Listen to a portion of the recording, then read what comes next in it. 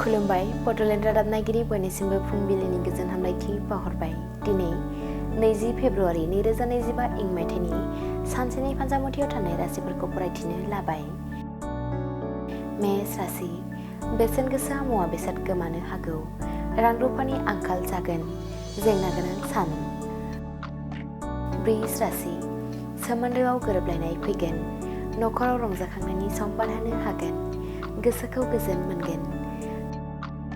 मिथुन राशि गोसोआव अहंकार सानस्रिया जायगा लागोन, गिदिर सुबुंफोरखौ मान होनो रोङै जागोन, सिखिरि सुबुंफोरजों मुं सुजागोन।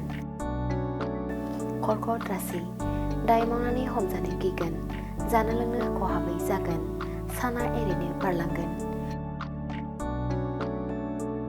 सिंह राशि समाज बेरेखा हाबा मावनानै जेंनायाव गोग्लैगोन, गावखौ हमथानो हायै जागोन, सिखिरि सुबुंफोरजों सोंखारि जानो हागौ। कन्या राशि बिमानिफ्राय बेसेन गोसा अनथोब मोननो हागौ, बयजोंबो अनजागोन, रंजा बाजा थानो हागोन। तुला राशि आंगो लोगोफोरजोंनो फाव फान्दाय जागोन, गिदिर खैफोदाव गोग्लैनो हागौ, जेंना नुजाथिगोन। वृश्चिक राशि फालांगिरिफोरनि थाखाय गाहाम सान, रां रुफा आरजिनानै लानो हागोन, साननाय लुबैनाया जाफुंगोन। धनु राशि बारलांनाय समखौ साननानै गोसोआव दुखु जागोन, गावनि सायाव फोथायनाय थानांगोन, थांखियाव गोसो होनांगोन।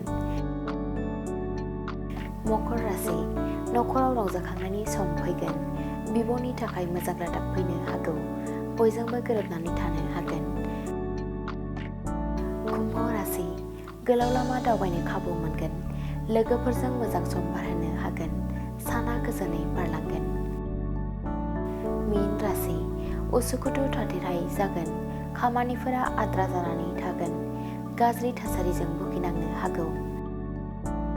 दिनैनि राशि फरायथिनाया एसेनोसै। बेजों लोगोसेनो दिनैनि साना बुहुमनि साफ्रोमबो सुबुंफोरनि थाखाय गाहाम जाथों बेखौ बड'लेण्ड रादाब नखरनि जानानै इसोरनि खाथियाव आरज गाबनाय थाबाय।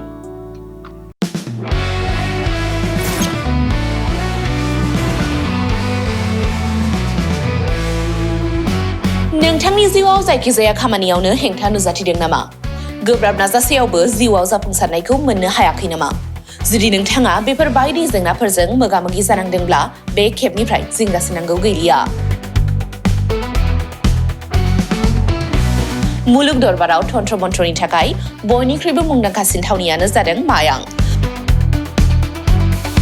मायांखौ साधु बिद्यानि रायजो होननानैबो मिथिनाय जायो।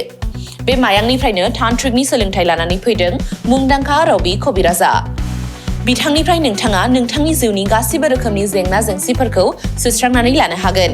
बिसि फिसायनि गेजेराव जेंना, गोसो थोनाया गारनानै थाङोब्ला लाबोफिननाय, जुलिनि जेंना, साख्रि मोननो हायै, हा-हु, धोन सम्पथिनि जेंना, बायदि बायदि जेंनानिफ्राय उदां जानो एबा सुस्रांनानै लानो थाखाय नोंथाङा दिनैनो दानो जगाजग खालामनो हागोन रबि कबिराजखौ।